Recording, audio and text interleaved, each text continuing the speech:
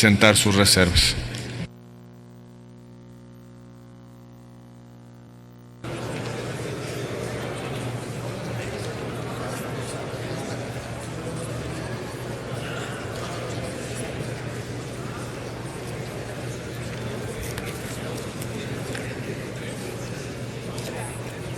La Constitución establece el principio de progresividad y el capital debería de pagar conforme a su riqueza. En los datos que tenemos en la ley del impuesto sobre la renta, los que tienen mucho dinero solo aportan el 3.8% al impuesto sobre la renta, a la recaudación total. En cambio, los asalariados aportan el 10.1%. Esto es lo que debería de corregirse en las leyes fiscales, pero no. Yo quiero insistir en el tema de la deducción inmediata de las inversiones, porque Enrique Peña Nieto había prometido miles de millones de dólares de inversión privada en petróleo, en gas natural, fertilizantes, electricidad. Prometió la creación de empleos con la reforma energética y ahora en este artículo de la deducción inmediata de las inversiones está dando facilidades fiscales, además de lo que ya les dio en la ronda 1, a las petroleras privadas, a las empresas de electricidad y de transporte, para que se animen a invertir. Es demasiado el costo país para tan poco que dan estas empresas. Se saquea a Pemex y le dan recursos fiscales a las privadas. A Pemex le quitan casi el 75% de sus utilidades y a estas no les van a cobrar ni siquiera impuestos sobre la renta. Hay el tema de un programa de repatriación de recursos mantenidos en el extranjero. Muy optimistamente el gobierno piensa que ante la posibilidad de que aumenten las tasas de interés en Estados Unidos, pues haya fuga de capitales o repatriación de capitales especulativos y disminuya el interés de los mexicanos que tienen recursos en el exterior para repatriarlos a nuestro país. Entonces, se propone una medida para facilitar la repatriación de recursos mexicanos mediante la regularización simplificada de su situación fiscal, como la exención de multas y recargos. Se propone que la medida sea temporal y se aplique solo durante el primer semestre de 2016. Es una especie de borrón y cuenta nueva que tiene un alto contenido de inequidad porque beneficia a contribuyentes incumplidos y a los especuladores. Sin embargo, yo digo que es muy optimista porque no hay confianza en el país y por eso están los capitales afuera.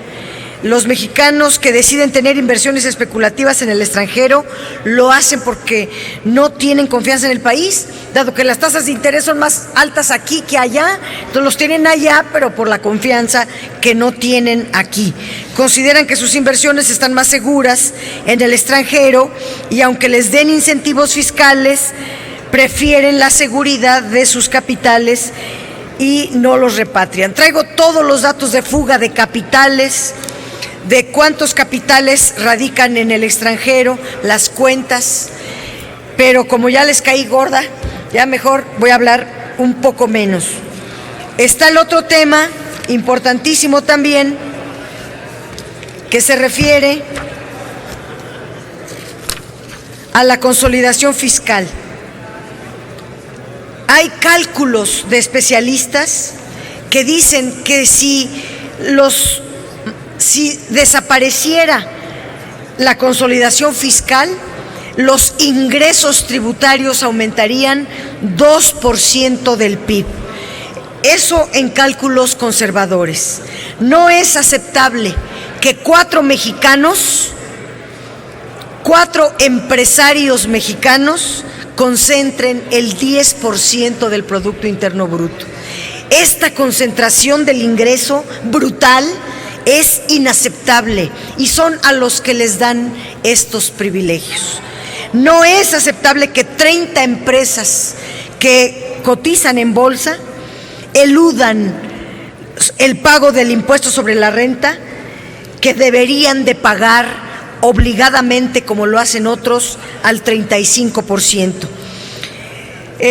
O bien, si no gravan a las empresas y les dan facilidades a las empresas, entonces que se grave a las personas físicas, que se grave la acumulación de riqueza en las personas físicas, porque la consolidación fiscal de restar pérdidas a las ganancias y decirle a Hacienda gano poquito, entonces pareciera que tenemos empresas pobres, pero empresarios multimillonarios que ocupan lugares privilegiados en la lista de Forbes como los hombres más ricos del mundo, y son justamente las que están en este régimen. Este capitulado todo es una ofensa a 63.8 millones de personas con ingresos inferiores al mínimo de bienestar. En las propuestas que estamos haciendo, no las voy a ver una por una, es anular el régimen de consolidación fiscal. Ya no se llama así, le llaman de otro modo, pero sigue siendo, si camina como pato, tiene cola de pato, tiene patas de pato, pues es un pato. Y el régimen de consolidación fiscal es este. El tema de repecos, ya lo expliqué en otro momento, en obvio de tiempo pediremos lo que están clamando los pequeños contribuyentes, regresar al régimen de repecos. Aquí en esta ley de ingresos, que no en la ley del impuesto sobre la renta, se establece un mini RIF para que el régimen de incorporación fiscal hasta 300,000 pesos para abajo queden exentos del impuesto sobre la renta, cosa que es muy buena. Pero eso significa que no ha funcionado el régimen de incorporación fiscal. Y si hacemos algunos datos que dan las autoridades, son de risa, de verdad. Es increíble que digan que ahora se aumentó 1,5 millones de contribuyentes, que gracias a que se desaparecieron los repecos y se creó el régimen de incorporación fiscal, hay 1,5 millones de nuevos contribuyentes. No es cierto. Y luego dice que se incorporaron al Seguro Social, hasta por sentido común. ¿Quién puede pensar que el Seguro Social pueda admitir de un año al otro 1,5 millones más de beneficiarios? No aguanta ni 300,000. Nos lo ha dicho varias veces las propias autoridades. El IMSS no está preparado para recibir ni siquiera 500,000, mucho menos a 1,5 millones que están dando en estos datos. Es evidente que el régimen de incorporación fiscal es un fracaso. Lo que debería de hacerse con humildad, porque somos humanos, reconocer errores, nos podemos equivocar y decir: el régimen de repecos es más sencillo, es más fácil de cobrar, están más a gusto los contribuyentes, pagan más, porque ahorita les están exentando todo. Antes pagaban siquiera 500 pesos, ahorita si no hubieran metido el mini RIF pagarían 848 pesos, etcétera. Yo les invito a escuchar a la gente, a hacerse eco de su solicitud a este Congreso que pide regresar al régimen de repecos y desaparecer el régimen de incorporación fiscal. Esa es nuestra propuesta. Las fibras me las voy a saltar, que ya las expliqué, pero hay otra modificación en la ley del impuesto sobre la renta que reduce, no aumenta, reduce la tasa de 10% a 4.9% para el pago del impuesto a los banqueros, pero no a todos, sino solamente a los 5 bancotes extranjeros, que además concentran todo todo el ahorro y concentran el crédito.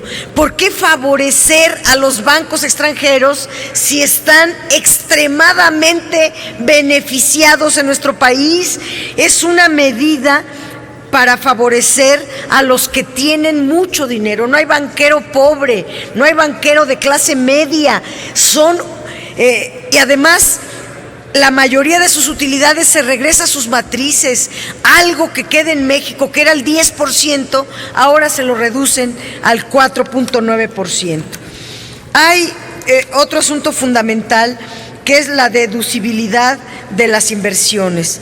Se está proponiendo que a las petroleras, a las empresas de infraestructura del transporte, a las constructoras inmobiliarias, a todos los consorcios ligados a los negocios del actual gobierno, pues se les deduzcan todas sus inversiones. Ya la reforma energética establece el concepto de utilidad operativa, que se basa en regresar costos, gastos, inversiones. Ahora, con esto, hasta los impuestos se les van a deducir. ¿No les parece un exceso? ¿No les parece un abuso que las petroleras son pobres? ¿Conocen alguna petrolera en el mundo que sea pobre, que necesite el apoyo del gobierno para sobrevivir? No, Pemex es inmensamente rica, pero le quitan el 80% de su utilidad y la dejan endeudada, pero no es una empresa pobre. Termino esta parte con el tema de refrescos, que qué bueno que se hizo la modificación. Están chiflando, no sé si me permite. Ruego a la Asamblea mantener el orden porque y aquí escuchar chiflar en el atentamente Senado a la como que senadora. no va. Mejor. Proceda, por favor, senador. Está lo de refrescos, lo de gasolinas y en el diésel en el artículo 2. Léanlo con cuidado porque están aumentando, aunque mi queridísima amiga senadora Blanca Alcalá diga que no aumenta el impuesto, pues lea bien el artículo 2, porque sí aumenta el impuesto especial sobre producción y servicio para las gasolinas y para el diésel. Lo mismo el tema del artículo 3. Senadora, permítame. Sonido en el escaño de la senadora Blanca Alcalá. Gracias, señor presidente. Por supuesto que reitero siempre el respeto a la señora senadora, mi amiga la senadora Dolores Padiernas. Podremos tener interpretaciones distintas. La que en el PRI sostenemos es la que yo pongo y solo pido que con el mismo respeto seamos tratados en las interpretaciones. Gracias, presidente. Gracias, senadora. Gracias, Continúe, compañera. señora senadora. Gracias. Pero no es interpretación, nada más se lee. No, con leerlo es suficiente, pero no es. Este es un número, no es ideología, es un número, aumenta y ahí ya dimos los datos. Está en el artículo 3 el pago por publicidad que se integra al costo de las gasolinas. ¿Cuál es nuestra propuesta? Pues que no se haga esa aberración. En el artículo 2, que no se permite el aumento al impuesto. Y en el tema de la banda de precios proponemos que el precio máximo sea el que se desprenda del valor de la importación de las gasolinas. Ahora van a importar, a partir de hoy se está empezando a importar gas ligero, y petróleo ligero. Entonces el costo de esos combustibles va a bajar, está bajando, entonces tiene que bajar también el precio de las gasolinas, además de que esta banda permita no rebasar el precio actual. Pues para no cansar al auditorio, en esta primera intervención solo hablaré de esas partes. Gracias.